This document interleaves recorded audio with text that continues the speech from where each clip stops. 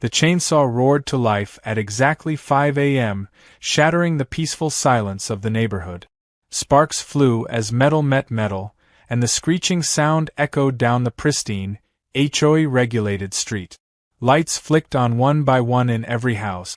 Blinds shifted. Neighbors peeked out, horrified and intrigued. And right in the middle of it all, standing in her perfectly manicured driveway in a leopard print robe and fuzzy slippers, was Karen, the self-appointed queen of the homeowners association, her mouth wide open in shock. I didn't stop. I revved the chainsaw again, slicing through the old wooden fence that had started this whole mess. If she didn't want a fence, fine. I had a better idea. A much bigger idea. And Karen was about to find out just how much I was willing to escalate. Moving into the neighborhood had felt like a dream at first. The kind of place where lawns were trimmed to perfection, sidewalks were spotless, and kids rode their bikes without a care in the world. I had just bought my first house, a beautiful 2-story home with a big backyard, a far cry from the cramped apartments I had lived in for years. It was supposed to be my escape, my peaceful little slice of heaven. But heaven had a gatekeeper, and her name was Karen. I first met her within 24 hours of moving in. There was no warm welcome, no friendly plate of cookies. Just a sharp knock on my door, followed by a woman in her mid-50s with a clipboard, a tight smile, and the kind of haircut that screamed, "I want to speak to your manager." "Daniel, is it?" she said, not waiting for an answer. "I'm Karen, the HOA president. I just wanted to go over a few things." A few things turned out to be a printed list of violations I had apparently committed before I even unpacked my last box. My mailbox was half an inch too tall. My garbage cans were placed in the wrong spot. My grass, my brand new grass, was, according to her, the wrong shade of green. I tried to be polite. I really did.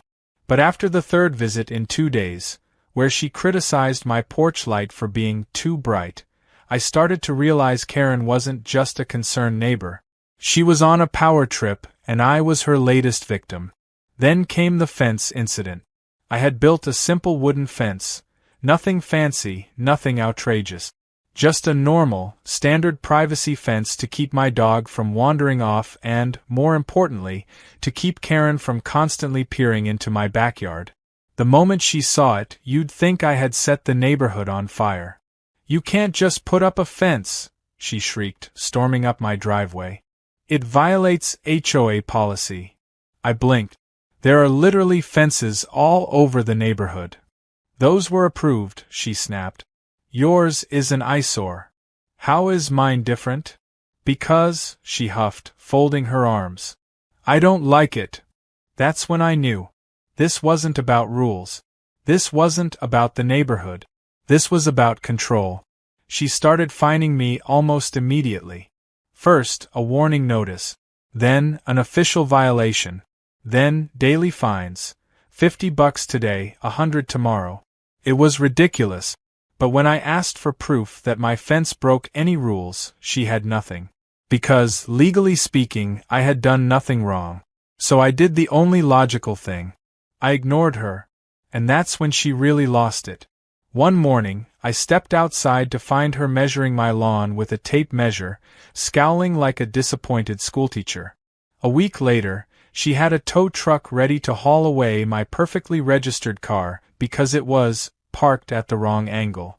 She even went as far as to call the city on me, claiming I was creating an unsafe environment with my fence. That was the final straw. If Karen wanted a war, she was going to get one. I called up my buddy Jake, an engineer with a love for over-the-top project. When I told him what was happening, he laughed so hard he nearly dropped his phone. "Dude," he said between wheezes, "you need to go nuclear. Build a fortress. No, build a barricade." At first, I thought he was joking. But the more I thought about it, the more I loved the idea. If she thought my little wooden fence was a problem, she hadn't seen anything yet. I spent the next 2 weeks drawing up plans. Not for a fence. For a 15-foot-tall, steel-reinforced barricade. I checked the HOA rulebook twice. Nowhere did it say anything about steel barricade. There were rules about wood, vinyl, even hedges, but nothing, absolutely nothing, about metal walls. So I made some calls, found a contractor willing to work fast, paid extra for expedited materials, and set a construction date. And that brings us to today. At 5 a.m. sharp, I fired up the chainsaw and tore down the old fence in the most obnoxious way possible. If Karen wanted to play dirty, I was more than happy to return the favor. By the time she stumbled out of her house, still half asleep in her robe, my crew was already unloading the steel sheet. The look on her face? Priceless. "What in God's name are you doing?" she shrieked, running up to my driveway. I turned off the chainsaw and grinned. "Just making some updates." "You were right, Karen. The old fence had to go." Her eyes darted to the towering steel panels being drilled into place. This is illegal." I pulled out my copy of the HOA rulebook, the one she had used to harass me for weeks, and flipped to the relevant section. "Actually, Karen, there's no rule against this." She gasped like a Victorian woman about to faint. "You can't do this." "I can," I said, smiling. "And I am." She stormed off, mumbling something about an emergency HOA meeting. But I wasn't worried, because for the first time since moving in, I was actually looking forward to this battle. And I had only just begun. The barricade was coming together faster than I expected. By the time the sun fully rose, half of the steel sheets were already bolted into place. The sound of drilling and hammering echoed down the street, and it didn't take long before the entire neighborhood was awake, watching in stunned silence. Some of them whispered among themselves, others gawked like they were witnessing a crime scene. And then there was Karen, pacing back and forth on her driveway, clutching her phone like it was a lifeline. I knew exactly what she was doing. She was calling the HOA board, probably demanding an emergency meeting, trying to get someone, anyone, to shut down my project. But there was nothing she could do. The barricade was completely legal. I had checked, double-checked, and triple-checked. There were no rules against steel walls. There were no height restrictions in the neighborhood's guidelines. Everything I was doing was within my rights, and Karen hated that more than anything. About an hour later, just as my crew was securing the final steel panel for the day, Karen stormed over again, this time dragging along a man in a cheap suit. His face was pale, nervous, like he had been forced into this confrontation against his will. "This is Mr. Patterson, our HOA lawyer," Karen announced, her voice dripping with triumph. "He's here to inform you that this monstrosity is a clear violation of community standards." I turned to the so-called lawyer, who looked like he would rather be anywhere else. "Is that true?" I asked, folding my arms. Mr. Patterson cleared his throat and adjusted his tie. "Well, not exactly. The current HOA guidelines don't explicitly ban this kind of structure, but—" Karen cut him off. "But nothing. This is an eyesore, it's offensive, and it's destroying property values." I smirked. "That's funny. I remember you saying the same thing about my wooden fence." Her face turned a shade of red I didn't even know was possible. "This is completely different." Mr. Patterson looked between us like a man trapped in a burning building. "Legally speaking," he said carefully, "there's not much we can do. The board would have to vote on new regulations, and even then, they wouldn't apply retroactively. Daniel is technically within his rights to build this structure." Karen's jaw clenched so hard I thought her teeth might shatter. "Fine," she spat. "If the HOA won't do anything, I'll take this to the city. You just wait, Daniel. You think you're smart, but you're going to regret this." I watched as she stormed off, practically dragging the lawyer behind her. The moment she disappeared into her house, one of my neighbors, an older guy named Mike who had lived in the neighborhood for years, walked over, grinning like a kid who just saw someone pull off the greatest prank in history. "Son, I don't know what Karen did to piss you off this much, but I just want you to know that I have never been more entertained in my life," he said, chuckling. "Hell, I'll even pitch in for materials if it means seeing her lose her mind." I laughed and clapped him on the back. I appreciate it, Mike, but I've got this covered. Over the next few days, the barricade became the hottest topic in the neighborhood. Some people were furious, others found it hilarious.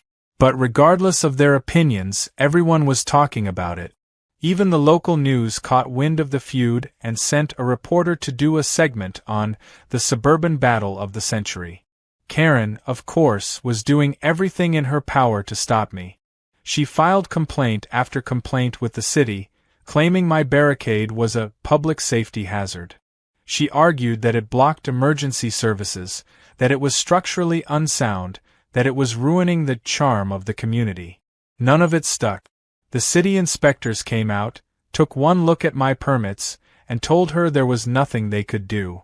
That only made her angrier. She started harassing the workers I had hired, marching up to them in the middle of the day and demanding to see their licenses. When that didn't work, she tried bribing them to stop construction. That didn't work either. I had hired professionals, and they weren't about to throw away a paycheck because some entitled HOA president was throwing a tantrum. And then, just when I thought Karen had run out of ways to be a nuisance, she pulled out her biggest weapon yet. She called a town hall meeting. I got the official notice in my mailbox, written in the kind of aggressive legalese that only Karen could produce. The entire HOA board was being summoned, along with select homeowners, to discuss urgent community matters. In other words, she was staging a public execution, and I was the guest of honor. I wasn't worried. In fact, I was looking forward to it. The meeting was held in the local community center, a building that looked like it hadn't been updated since the early 90s. By the time I arrived, the place was packed. Homeowners filled the rows of metal folding chairs, whispering among themselves, glancing at me with curiosity and amusement. At the front of the room, sitting behind a long table like a panel of judges, were the HOA board members. And right in the middle, front and center, was Karen, looking smugger than ever. I took my seat near the back, arms crossed, waiting for the show to start. Karen wasted no time. She stood up, cleared her throat, and launched into a speech that sounded rehearsed, like she had been practicing it in the mirror for days. She spoke about tradition, about community standards, about how my barricade was a threat to everything the neighborhood stood for. She painted me as a reckless, inconsiderate troublemaker who had come in and disrupted the harmony of the HOA. And then she turned to the board. "I demand that we take immediate legal action against this violation," she declared. "If we allow this kind of behavior, what's next? Neon-colored houses? Junk cars on the lawn? Anarchy?" I had to bite my tongue to keep from laughing. Anarchy? Over a wall? This woman was out of her mind. One of the board members, an older woman named Janet, cleared her throat. "Karen, as much as we appreciate your passion for the community, we have reviewed the guidelines extensively. And unfortunately, Daniel's construction is not in violation of any current regulations." Karen's eyes bulged. "Then we change the regulations." Janet sighed. "We can vote on new guidelines, but as you well know, they won't apply retroactively." The room fell silent. Karen's face twisted in frustration, her fingers tightening around the papers in front of her. She knew she had lost. But Karen wasn't the kind of person to admit defeat gracefully. I decided to twist the knife a little. Raising my hand, I stood up. "If the HOA is so concerned about community standards," I said, "maybe we should also review some of the questionable decisions made by leadership." Karen turned to glare at me. "What are you implying?" I smiled. "Oh, just that I've been looking through some of the HOA's financial records. It's interesting how some fines seem to disappear when they involve certain people." A murmur spread through the crowd. Karen's expression flickered with panic for just a second before she masked it with anger. But I saw it. And so did everyone else. The board members exchanged glances. Janet folded her hands and leaned forward. "Daniel, would you be willing to provide more details about these concerns?" I shrugged. "Absolutely. In fact, I have copies." Karen's face went completely white. I knew then, without a doubt, that this war was far from over. But for the first time, I wasn't the one on the defensive. Karen had spent weeks trying to take me down. Now it was my turn. Karen didn't show up the next morning. For the first time in weeks, there was no dramatic confrontation, no furious stomping up my driveway, no threats of legal action. The neighborhood felt eerily quiet without her presence looming over everything. But I knew better than to think she had given up. Karen wasn't the type to accept defeat. If she wasn't out in the open, that meant she was working on something behind the scenes. I didn't have to wait long to find out what it was. Around noon, a black SUV rolled up in front of my house. The driver stepped out, adjusting his tie like he was preparing for a big moment. He was tall, clean-shaven, and had the kind of expression that screamed government official. He carried a leather briefcase, and as he walked toward my door, I caught a glimpse of the city's emblem on his lapel. Great. Karen had escalated this to the city level. I met him on the porch before he could even knock. "Daniel, right?" he asked, offering a professional smile that didn't quite reach his eyes. "That's me," I said. "Let me guess, you're here about the barricade." He gave a small nod. "I'm John Richards, City Zoning Inspector. We received a formal complaint regarding a potential code violation on your property. I was asked to conduct an inspection and verify compliance with local regulations." I smiled. "By formal complaint, you mean Karen, right?" He hesitated for a second before clearing his throat. "I can't disclose the complainant's identity, but I assure you, this is a routine investigation." "Routine?" "Sure. Because it was totally normal for a city official to be sent out over a perfectly legal structure that just happened to be annoying the neighborhood dictator." I stepped aside and motioned for him to take a look. "Be my guest." John walked the perimeter of the barricade, pulling out a measuring tape, taking notes on a clipboard. I could see the gears turning in his head. He wanted to find something wrong with it. He wanted to give Karen the victory she was so desperately clawing for. But there was nothing. After about 15 minutes of meticulous inspection, he sighed and tucked his notepad back into his briefcase. "Well," he said, "everything appears to be up to code. There's no violation here." I grinned. "That's what I thought." He hesitated again, shifting uncomfortably. "Look," he said, lowering his voice. "Between you and me, I don't usually get sent out for things like this. But your HOA president is persistent." I snorted. "That's one way to put it." "Off the record," he said. "She's already filed 3 additional complaints. If you don't take this thing down, she's going to keep coming after you." I leaned against the barricade and crossed my arms. "Let her." John sighed, gave me a nod, and walked back to his SUV. As he drove away, I turned to see Karen standing in her yard, watching from behind her curtains. The moment she saw me looking, she yanked them shut. She was furious, and that only made me more determined. 2 days later, I got another official letter from the HOA. This time, Karen wasn't just threatening fines, she was demanding a full-blown legal battle. The letter accused me of willful defiance of community standards, and stated that the HOA was seeking a court order to force the removal of my barricade. It was laughable. She was acting like I had built a toxic waste dump instead of a legal structure on my own property. But if she wanted to drag this into court, I was more than ready. I called my lawyer, handed him the letter, and let him go to work. Within a day, he had drafted a counterclaim, not only defending my right to keep the barricade but also accusing Karen of harassment, selective enforcement of HOA rules, and even financial misconduct within the association. And that's when everything changed. A week before our court date, a bombshell dropped. My lawyer had been digging through HOA records, looking for inconsistencies, and he found something huge. Karen had been misusing HOA funds for years.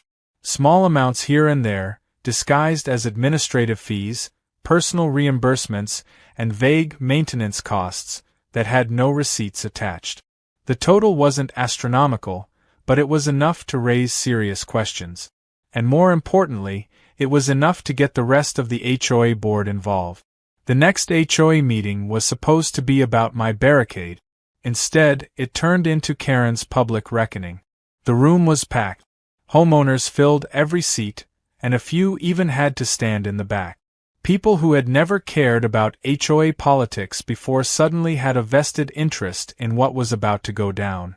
Even the board members looked uneasy, whispering among themselves as they shuffled papers. Karen sat at the center of the long table at the front of the room, her usual air of confidence replaced with visible tension. She knew something was wrong. She just didn't know how bad it was going to be. When the meeting started, she immediately launched into her usual speech, talking about how I had defied the HOA and how my barricade was destroying the integrity of the neighborhood. Then my lawyer stood up. "Before we address the barricade issue," he said, "there's another matter that requires immediate attention." He placed a stack of documents on the table and slid them toward the board members. "These are financial records from the past 5 years," he continued. "They show a pattern of unauthorized expenses charged to the HOA budget, many of which were approved solely by Karen Reynolds, the acting president." The room went silent. Karen stiffened in her chair. "This is absurd," she said quickly. "I've always acted in the best interest of the HOA." "Then I assume you won't mind an independent audit," my lawyer interrupted. A murmur spread through the crowd. People started whispering, exchanging looks. The board members flipped through the papers, their faces darkening with every page. One of them, Janet, looked up. "Karen," she said carefully, "these are serious accusations. If these transactions can't be properly accounted for, we may need to vote on your removal from the HOA board." Karen's eyes darted around the room. For the first time since I met her, she looked genuinely afraid. "You can't do this," she said, voice shaking. "I've dedicated years to this community." Mike, the older neighbor who had supported me from the start, stood up. "Yeah, and you've made our lives miserable in the process," he said. "You know what? I vote to remove her right now." A few voices immediately echoed in agreement. Then more. Within seconds, the entire room was filled with people cheering for Karen's removal. The board members exchanged glances. Janet took a deep breath. "Effective immediately," she said, "Karen Reynolds is suspended from the HOA board, pending a full financial review." Karen shot up from her chair, face pale, hands trembling. "This isn't over," she whispered, before grabbing her purse and storming out of the meeting. But it was over. Karen put her house up for sale the next month. The HOA dropped the lawsuit against me. And the barricade? Still standing. In fact, it became something of a local landmark, a symbol of fighting back against ridiculous HOA tyranny. And as for me, well, the next HOA election rolled around, and a few neighbors jokingly suggested I should run for president. I didn't even have to campaign. I won by a landslide.